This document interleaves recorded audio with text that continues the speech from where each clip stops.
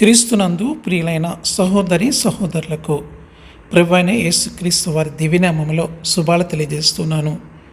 ఈ దినము వాక్య భాగము రోమపత్రిక 2వ అధ్యాయము 6వ వచనం నుంచి 16వ వచనం వరకు ధ్యానించుకుందాము.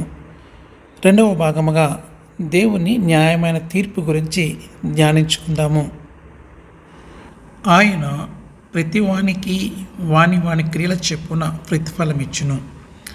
సత్క్రియలను ఓపికగా చేయొచ్చు, మహిమను ఘనతను అక్షయతను వెదుకువారికి నిత్య జీవమునిచ్చును.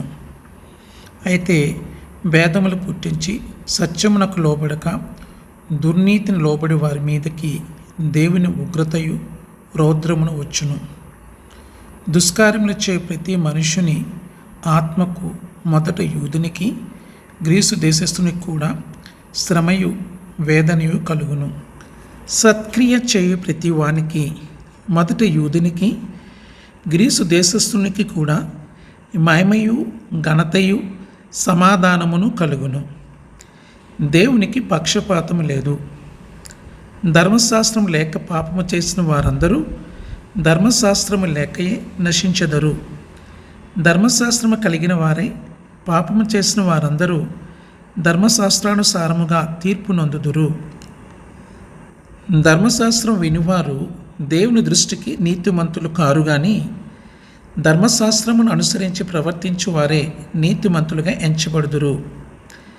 ధర్మశాస్త్రము లేని అన్యజనులు స్వాభావికముగా ధర్మశాస్త్ర సంబంధమైన క్రియలను చేసిన ఎడల వారు ధర్మశాస్త్రం లేని వారైనను తమకు తామే ధర్మశాస్త్రం అయినట్టున్నారు. అట్టివారి మనస్సాక్షి కూడా సాక్ష్యమిచ్చుచుండగను వారి తలంపులు ఒకదాని మీద ఒకటి తప్పు మోపుచు లేక తప్పు లేదని చెప్పుచుండగను ధర్మశాస్త్రానుసారము తమ హృదయముల యందు వ్రాయబడినట్టు చూపుచున్నారు.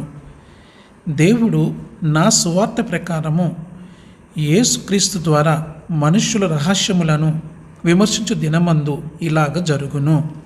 స్నేహితులారా, న్యాయమైన తీర్పు బయలుపరచబడి ఉగ్రత దినమందు దేవుడు మనుషులందరికీ తీర్పు తీరుస్తాడు. ఆయన మనకే విధంగా తీర్పు తీరుస్తాడు లేక ఏ కొలత చేత ఆయన మనకు ఫలమిస్తాడు. దేవుడు ప్రతి మనుషునికి వాని క్రియల చెప్పున ఆయనే ప్రతిఫలమిస్తాడు. మనము ఇక్కడ 2 సత్యములను మనసులో ఉంచుకోవాలి. మొదటిది, విశ్వాసము చేత మనము రక్షింపబడుచున్నాము. రెండవది, మనము మన క్రియల చేత తీర్పు తీర్చబడతాము. క్రీస్తు యందలి విశ్వాసం ద్వారా మాత్రమే మనము రక్షణ పొందుతాము. మన మంచి క్రియల చేత మనము రక్షింపబడము. మనము ఎన్ని మంచి కార్యాలు చేసినప్పటికీ మనలో విశ్వాసం ఉంటే తప్ప మనము రక్షింపబడము. అయితే క్రీస్తులో నిజమైన విశ్వాసము ఎప్పుడు మంచి కార్యాలనే చేసేటట్లు చేస్తుంది. మన కార్యములు మరియు మన ప్రవర్తన మంచిది కాకపోతే మన విశ్వాసం నిజమైన విశ్వాసము కాదు. ఒక మనుషుడు విశ్వాసం లేకుండా మంచి పనులు చేయగలడు. అయితే మంచి పనులు చేయకుండా విశ్వాసము కలిగి ఉండలేడు.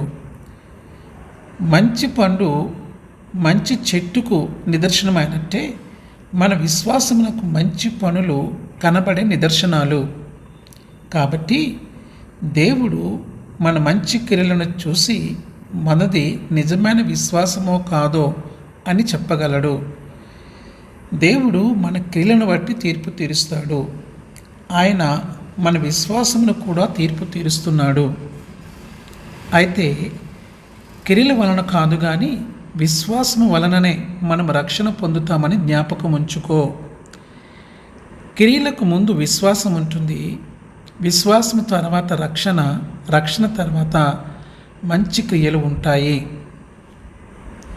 అనేక మంది ప్రజలు కొంత మత యోగ్యత సంపాదించుకోవడానికో లేక కొంత ఆత్మీయ దీవెనలు పొందడానికో మాత్రమే మంచి క్రియలు చేస్తారు. అటువంటి మంచి క్రియలు స్వార్థములో నుండి పుట్టుకొస్తాయి.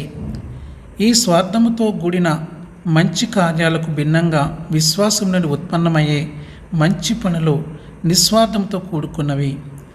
విశ్వాసము నుండి ఫలించే క్రియలు ఎల్లప్పుడూ దేవుని మహిమ కొరకు మరియు ఇతరుల ప్రయోజనము కొరకు చేయబడతాయి. సత్క్రియను ఓపికగా చేయడము ఆవశ్యకము. మన సత్క్రియలు ఎడతెగక ఉండాలి, ఎందుకంటే అవి ఎడతెగక ఉండే విశ్వాసము నుండి పుట్టినవి కాబట్టి. పౌలు వెదకమని చెబుతున్న మహిమ, ఘనత, అక్షయతలు భూలోక సంబంధమైనవి కావు, కానీ పరలోక సంబంధమైనవి. మన దృష్టిని పరలోక సంబంధమైన వాటి మీద ఉంచుకుందాము. మారు మనసు పొంది క్రీస్తునందు విశ్వాసం ఉంచిన వారందరికీ దేవుడు మహిమను, ఘనతను, అక్షయతను పరలోకమందు అనుగ్రహిస్తాడు. ఉగ్రత మరియు రౌద్రము దేవుని అంతిమ తీర్పును సూచిస్తుంది. దేవుని తీర్పు మొదట యూదునికి, తర్వాత గ్రీసు దేశస్థునికి ఉంటుంది. ఎందుకంటే ఉన్నతమైన కృప మరియు ఉన్నతమైన జ్ఞానము యూదులకు అనుగ్రహించబడినది. వారికి వారి పాపమును బట్టి గొప్ప శిక్ష ఇవ్వబడుతుంది. మన దుష్ట కార్యముల ప్రకారము శిక్షింపబడడం మాత్రమే కాకుండా దేవుని చిత్తమును గురించిన జ్ఞానమును అనుసరించి శిక్షింపబడతాము. మనము చిన్న పిల్లలకు తక్కువ శిక్ష ఇస్తాము, ఎందుకంటే వారికి మంచి చెడుల గురించి జ్ఞానము తక్కువ గనుక. అయితే గొప్ప జ్ఞానము గల వారికి గొప్ప శిక్ష ఉంటుంది.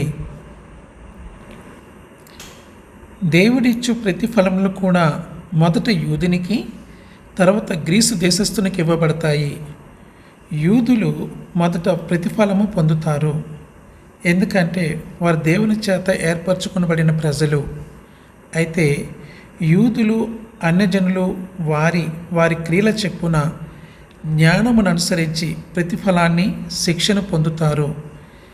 దేవుడు ఒకే సూత్రముతో ఇద్దరికి, యూదులకు మరియు అన్యులకు తీర్పు తీరుస్తాడు. దేవుడు పక్షపాతము చూపడు. యూదులు శిక్ష తప్పించుకొందుమని తలంచారు, అయితే వారు తప్పించుకోలేరు. ఇక్కడ వ్రాయబడిన చట్టము యూదా ధర్మశాస్త్రము, అంటే యూదులకు దేవుడిచ్చిన ధర్మశాస్త్రము. ఈ ధర్మశాస్త్రము పాత నిబంధనలో మొదటి 5 పుస్తకాల్లో, ముఖ్యంగా నిర్గమకాండము, లేవీకాండము, సంఖ్యాకాండము మరియు ద్వితీయోపదేశ కాండములలో ఉన్నది. ఇక్కడ పౌలు ధర్మశాస్త్రం లేకుండా పాపము చేసిన వారి గురించి మాట్లాడినప్పుడు ఆయన అన్యజనులను సూచిస్తున్నాడు. యూదులు మరియు అన్యజనులు వారి పాపములకు శిక్ష పొందుతారు. ధర్మశాస్త్రం లేకుండా పాపము చేసిన అన్యజనులు దేవుని న్యాయం ప్రకారము తీర్పు తీర్చబడి శిక్షింపబడతారు. ధర్మశాస్త్రము క్రింద పాపము చేసిన వారు దానిని బట్టి తీర్పు తీర్చబడతారు. వాస్తవానికి ధర్మశాస్త్రం వలన యూదులకు ఎలాంటి ఫలం ఉండదు, ఎందుకంటే ప్రతి విషయంలో ధర్మశాస్త్రంను గైకొనడం అసాధ్యము. కాబట్టి వారికి సంరక్షించే బదులు వాస్తవానికి వారికది శిక్షిస్తుంది. స్నేహితులారా, ఒక ముఖ్యమైన విషయాన్ని మనం జ్ఞాపకం ఉంచుకోవాలి. అన్ని జనులకు ధర్మశాస్త్రం లేకపోతే వారెలా శిక్షింపబడతారు? వారికి కూడా ధర్మశాస్త్రం అనేది ఉన్నది. అది యూదా ధర్మశాస్త్రము కాదు, కానీ అది సహజ ధర్మశాస్త్రము. ఆయన నిత్య శక్తియు దైవత్వమును మనుషులందరూ చూడగలరని దేవుని అదృశ్య లక్షణాల గురించి పౌలు 1వ అధ్యాయంలో చేసిన చర్చను ఇది సూచిస్తుంది. రోమ 1వ అధ్యాయం 20వ వచనములో సహజంగా మనుషులందరూ న్యాయముల మధ్య భేదములను గ్రహించగలరు. మనుషులందరూ పాపమును గుర్తించగలరు. మనుషులందరికీ మనస్సాక్షి ఉన్నది. కాబట్టి మనుషులందరికీ సహజమైన చట్టము కలదని మనము చెప్పగలము. అది వారి హృదయములందు వ్రాయబడినది. ఈ చట్ట ప్రకారమే అన్యజనులు శిక్షింపబడతారు. వినడం మట్టుకు విని దానిని అనుసరించకపోతే ఫలితమే లేదని పౌలు యూదులతో చెప్తున్నాడు.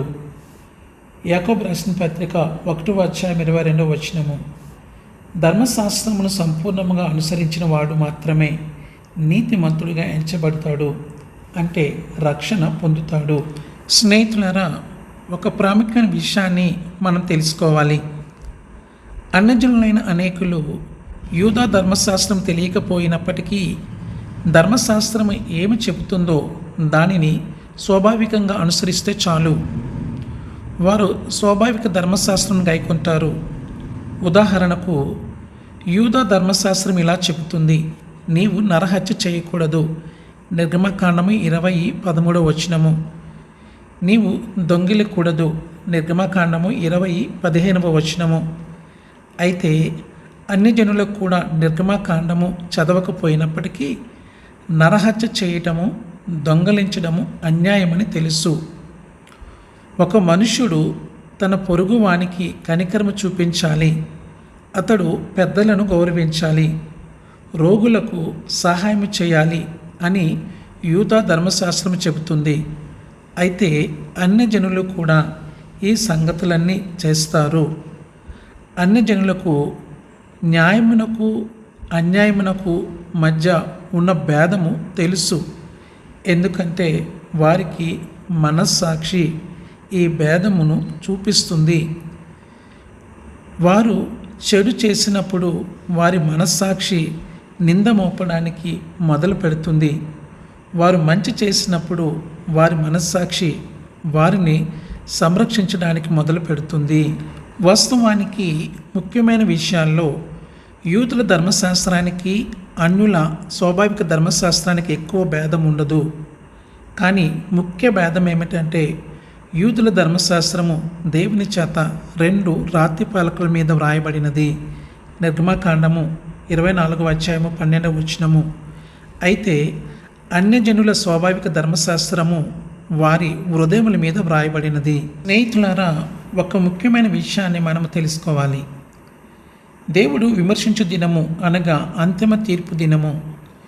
దేవుడు మానవుల బాహ్యక్రియలను తీర్పు తీర్చడము కాకుండా ఆయన వారి రహస్యముల ప్రకారము అనగా వారి అంతరంగములోని తలంపులను, ఉద్దేశములు కూడా తీర్పు తీర్చును. దేవునికి రహస్యములన్నీ తెలుసు. ఆయన సమస్తమును చూస్తాడు. దేవుడు యేసు క్రీస్తు ద్వారా తీర్పు తీరుస్తాడు. అనగా క్రీస్తును అంగీకరించిన వారందరూ రక్షింపబడుదురు. క్రీస్తును నిరాకరించిన వారందరూ నాశనం అవుతారు. వాస్తవానికి క్రీస్తు మన న్యాయాధిపతి. యోహాను సువార్త 5:22. రోమపత్రిక 14:10. 1 కొరింథీ 4:4. 2 కొరింథీ 5:10.